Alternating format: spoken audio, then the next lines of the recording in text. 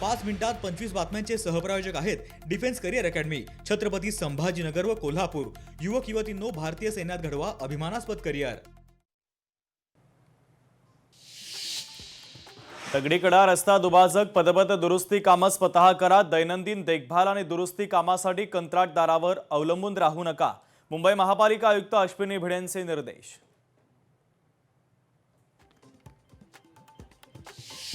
मोदी सरकार आल्यापासून महागाई वाढली। आम्ही रास्ता रोको केल्यानं राज्य सरकार दिल्लीला गेलं, तर काँग्रेस प्रदेश अध्यक्ष हर्षवर्धन सपकाळांची मोदी सरकारवर टीका।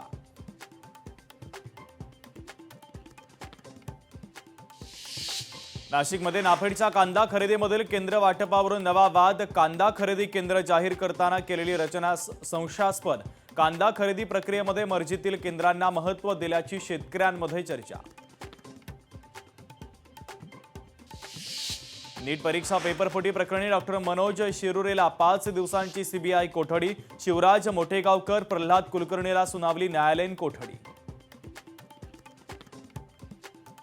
छत्रपती संभाजीनगर शहरातील धोकादायक होर्डिंग हटवण्याचं प्रशासनाचं आवाहन, तर नागरिकांच्या सुरक्षेसाठी होर्डिंगची तपासणी आणि देखभाल करणं बंधनकारक।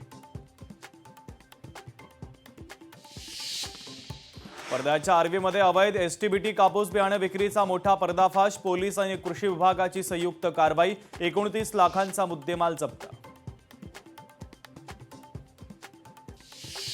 पावसाळ्याच्या पार्श्वभूमीवर धुळे जिल्ह्यामध्ये नाले सफाईला सुरुवात। 15 जूनच्या आतमध्ये शहरातील सर्व नाल्यांची सफाई पूर्ण होईल, महापालिकेच्या आयुक्तांचं वक्तव्य।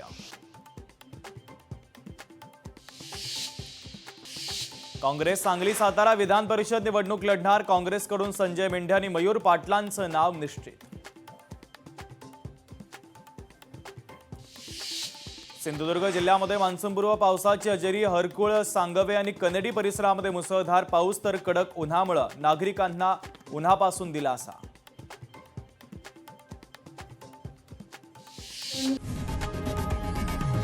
लोकशाही मराठी ऐका, पहा, जागरूक रहा।